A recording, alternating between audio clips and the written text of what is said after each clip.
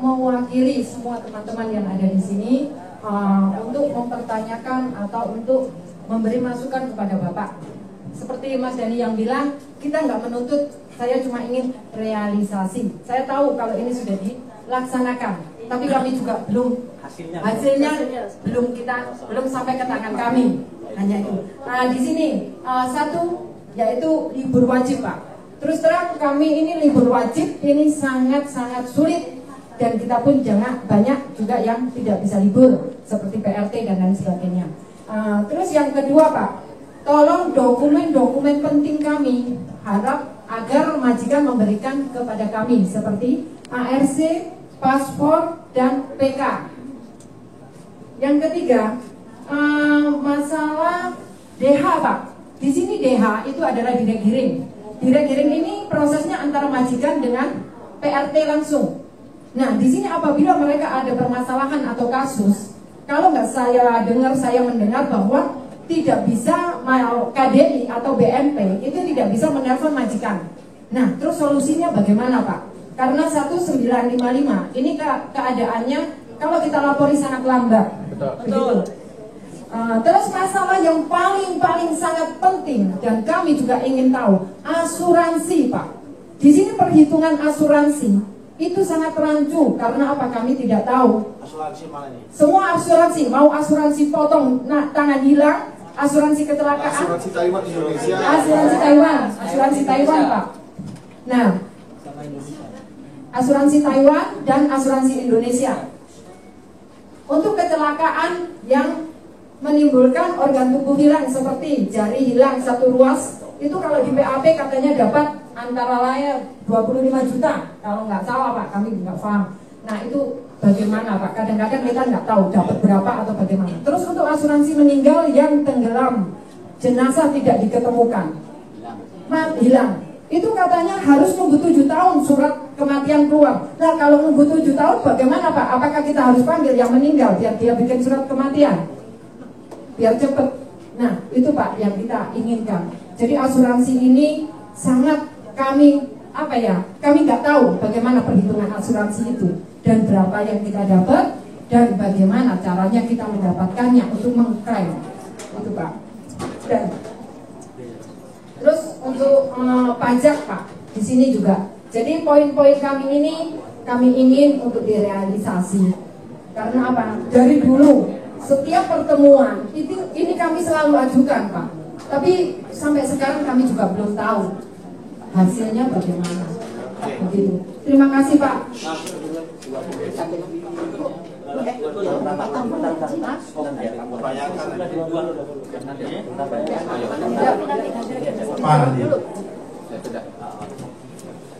Baik, terima kasih.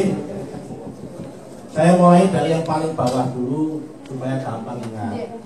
Soal jenazah kalau nggak ditemukan butuh surat keterangan jenazah hilang 7 tahun. Itu sudah internasional benchmark. Itu sudah aturan internasional dunia manapun. Kalau ada orang dinyatakan mati, itu baru dinyatakan mati setelah 7 tahun.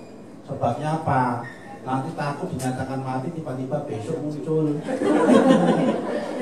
Kalau tiba-tiba besok muncul nanti tidak loh. Dinyatakan mati kok ini hantu atau gimana gitu loh. Nah, karena itu ini konvensi nih. Yang soal meninggal hilang di laut atau gimana gitu kan. Nah, kayak kasus Ouyong ini. Ouyong Korea dari 35 yang ditemukan 16. 3 hidup, 13 wafat. Ya kan? Yang lain tidak ditemukan. Sampai hari ini kita minta nggak bisa. Internasional, Pak. Kami belum bisa rekonfirm bahwa dia bersangkutan mati atau ini sebelum 7 tahun. Tiba-tiba nanti kalau ada ditemukan di pulau mana siapa yang ini. Karena itu ini lebih banyak urusan tidak bisa. Jadi kamu jangan tuntut yang model kayak gini-gini. Kita nggak nuntut, Pak, cuma kita ingin kepastian. Ya makanya supaya tahu ini loh. Ini udah standar keamanan internasional ini. Berarti, oke, jelas? Jelas. Ini supaya kamu jangan ngecek langit gitu loh. Ngecek, Pak, katanya soalnya banyak BMI yang tanya, Pak. Ya, oke. Begini, apa yang kamu sampaikan tadi, yang disampaikan tadi sampaikan lebih banyak urusannya dengan rezim atau pemerintah di Taiwan. Oke, nah persoalannya begini, seandainya ini kadang-kadang ini cara berpikir kita ini, makanya cara berpikir kita tata. Kamu minta tolong kepada perwakilan kita di perwakilan Indonesia di sini. Ingat, ini bukan Indonesia, ini Taiwan, ya kan?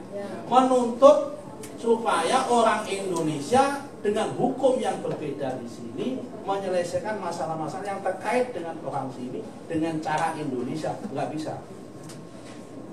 Yang bisa dilakukan oleh bapak-bapak ini adalah bagaimana assalamualaikum dulu ke pemerintah Taiwan. Ini begini, assalamualaikum begini, assalamualaikum begini, assalamualaikum begini, assalamualaikum begini. Nah, lalu masalah karena itu apa?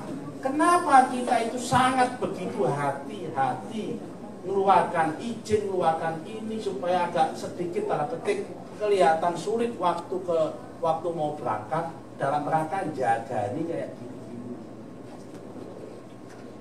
Tuh cara berpikirnya begitu, cara berpikirnya.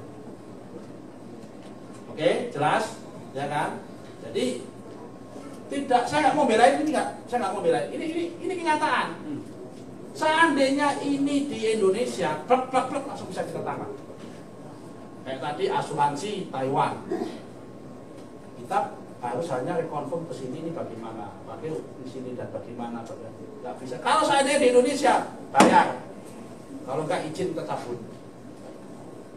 Ini asuransi badan hukum sini ngomong gitu, lo cabut aja, sapi ompong kita. Nah, yang berkaitan dengan kalau yang berkaitan dengan Indonesia langsung bisa kita eksekusi. Yang berkaitan dengan sini, nah ini ada sopan santun, ada etika. Paling hanya bisa mensurat, ngomong ke Menlu di sini, ngomong ke Menteri Tenaga Kerja sini, ngomong sini. Nah, ancaman yang paling bisa dilakukan oleh kita di sini adalah apa? Tadi yang disampaikan tadi, men-suspend tadi, ya, men-suspend agensi atau membekukan untuk sementara agensi, nggak dilayani. Sudah ada berapa Pak yang dilayani, yang suspend Pak? 25 Pak. Ada 25 sudah yang disuspend. Ada PPTKIS berapa Pak? PPTKIS jumlahnya yang dicekal berapa? 22 Pak. 22. Ada majikan juga udah dicekal, sudah ada. 13. Nah, karena itu begini loh, ya kan, sampaikan. Inilah pentingnya kumpul-kumpul begini. Teman-teman ini yang tadi saya katakan, teman-teman kayak KDI ini jumlahnya hanya 50 orang. BMI-nya 229.000 orang. Itu termasuk ini enggak? Termasuk semua 229 orang.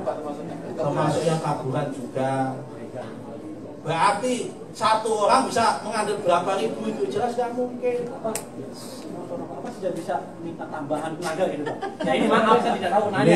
Ya, tanya. Kalau minta tambahan tenaga itu namanya resiprokal. Ini contohnya ya, contoh sederhana. Taiwan minta kantor buka di Surabaya, minta SDM-nya nambah, kita belum kasih. Jadi ini hubungan diplomat, hubungan karena kita hubungan memang begitu resiprokal. Itu kalau dalam bahasa ayatnya begini loh, waman akto watako. Kamu akto ngasih apa, aku watako ngasih apa, begitu loh. Nah, itu ayatnya begini. Jadi nggak otomatis. Ini lagi-lagi negara orang masuk apa ada assalamualaikumnya. Itu masalahnya. Karena itu apa? Saya sekali lagi saya menyampaikan terima kasih sekaligus minta tolong. Sekali lagi minta tolong kepada teman-teman sekalian yang ada di sini. Ini kumpul-kumpul organisasi itu penting. Untuk apa? Membantu bapak-bapak ini mengkorek informasi dikumpulin disampaikan. Yang dari Jawa Timur mana? Nah, Jawa Timur kabel. Nah, ini Pak Agus. Langsung mau Pak Agus. Pak Agus ini nomor HP-nya Pak. Siap. Pak Agus ini UP3 Surabaya. Jakir ya Pak. Nah, Nah, nomor handphonenya nanti hubungan Pak Agus langsung. Ya. Ini Jagir Pak, jagir Pak. urusan bilateral Kang Jawa Timur. Oke? Jelas ini ya? Jelas. Jadi kalau agak lambat begitu, tolong dibantu, jangan ngomel-ngomel. Kenapa? Karena memang ini di negara orang. Nah, kecuali kalau kemudian kita sama sekali tidak berbuat, nah gimana lagi? Nah, karena itu saya setuju, Mas. Tadi ya, ini saya setuju perlindungan kita di luar negeri harus diperkuat. Nah, salah satu strateginya perlindungan bagaimana? Melibatkan kelompok-kelompok organisasi BNI.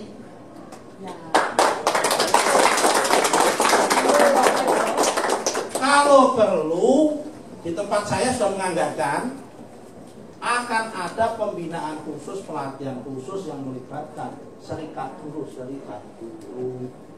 bangsa SBNI, GADA, BMI, apa semua ini di kelompok dilatih, membantu menangani problem dan sebagainya. Karena nggak mungkin teman-teman perwakilan itu bisa menghandle sendiri. Betul Pak. Orangnya terlalu banyak. Kita karena itu butuh relawan. Salah satu relawannya adalah mbak-mbak semua, mas-mas semua, sampean semua, supaya baru mau membantu menjadi relawan. Nah karena itu dibuatkan gugus-gugus tugas, satgas apa nanti itu, nah, baru dikumpulin inisiatif buat program ini, pelatihan khusus advokasi masalah asuransi, advokasi masalah apa begitu, supaya sistematis. Prinsipnya pemerintah saat ini terbuka intinya, tidak boleh jaim pemerintah. Jaim nggak boleh, jaim malu-malu nggak boleh. Harus ini, harus proaktif. Karena itu kumpul-kumpul seperti ini harus, gitu loh. Tidak boleh. Jadi kalau saya ngomong program seperti ini, langsung tidak lanjuti, buat. Nah, ini ada Pak Anjar, langsung konsultasi Pak Anjar, ditindaklanjuti Pak Anjar sama Pak Demi, bahwa programmu apa? Kita tawarkan di sini. Intinya itu penguatan advokasi Pak, misal pelatihan advokasi buat BMI di sini, buat. Apalagi dalam rangka untuk remitensi misal atau apa, para finance, para legal, dibuat. Jadi ada pelatihan-pelatihan semacam itu untuk membantu advokasi. Digaji nggak Pak? Namanya relawan gitu. Nggak mungkin kalau. Ada Pak? Ada Pak? Bukan gaji, honor. Sama aja. Sama aja. Ada ya? Ya, saya kira itu. Kemudian masalah direct hearing. Begini. Kalau direct hearing untuk yang non formal, saya masih belum buka, belum boleh. Kenapa? Tidak semua orang yang kerja di non formal, terutama yang wanita-wanita itu, mempunyai pengetahuan yang luas. Bahkan banyak di antara mereka yang belum pernah datang ke Sukarman, Jawa Timur, nginjak Surabaya aja belum pernah. Tiba-tiba datang ke sini. Terbalik Pak. Yang informal. Direct awal. Direct yang informal tidak diizinkan. Ya kan? Tidak diizinkan. Kalau direct hearing yang formal, kita akan lihat. Untuk menjaga teman-teman harus ada KYC, know your customer. Calon bosmu siapa? PT-nya PT apa? Bonafit apa tidak bonafit? Jangan sampai direct hearing ternyata nggak bonafit. Di sini mempekerjakan Anda 2 bulan bangkrut, nggak mampu membayar, yang susah siapa? Betul nggak? Betul. Nah karena itu kita harus untuk yang bonafit. Bagaimana caranya untuk melihat yang membedakan yang bonafit sama tidak bonafit? Salah satu opsinya ini lagi saya kaji. Apa kita membuat deposit, bosnya harus ngasih deposit gaji setengah tahun misalnya, atau bagaimana? Kalau untuk yang direct hiring, saya ngerti. Kalau direct hiring untuk yang sektor formal ini dibuka, banyak membantu teman-teman TKI karena nggak perlu jual beli job, duitnya nggak perlu kebanyakan dimakan agensi gitu kan? Ya. Betul? Pokoknya sebetulnya enak-enak bisa setuju. Katanya mau dienakkan, Pak. Betul. Nah, tapi pada sisi lain saya harus hati-hati, jangan sampai bosnya nanti kan enak ini nggak boleh di teori, harus praktek. Nah, nanti kondisi lapangannya gimana? Nah, salah satu melihat bosnya itu baik apa. Kalau misalnya mempekerjakan pabrik Samsung, nggak usah deposit langsung, nggak apa-apa kalau Samsung misalnya. Apalagi Pak perusahaan yang bonafit di sini. Asus. Ya, kalau yang perusahaan yang bagus-bagus langsung. Tapi kalau tiba-tiba Muhammad Karim, ya contoh itu.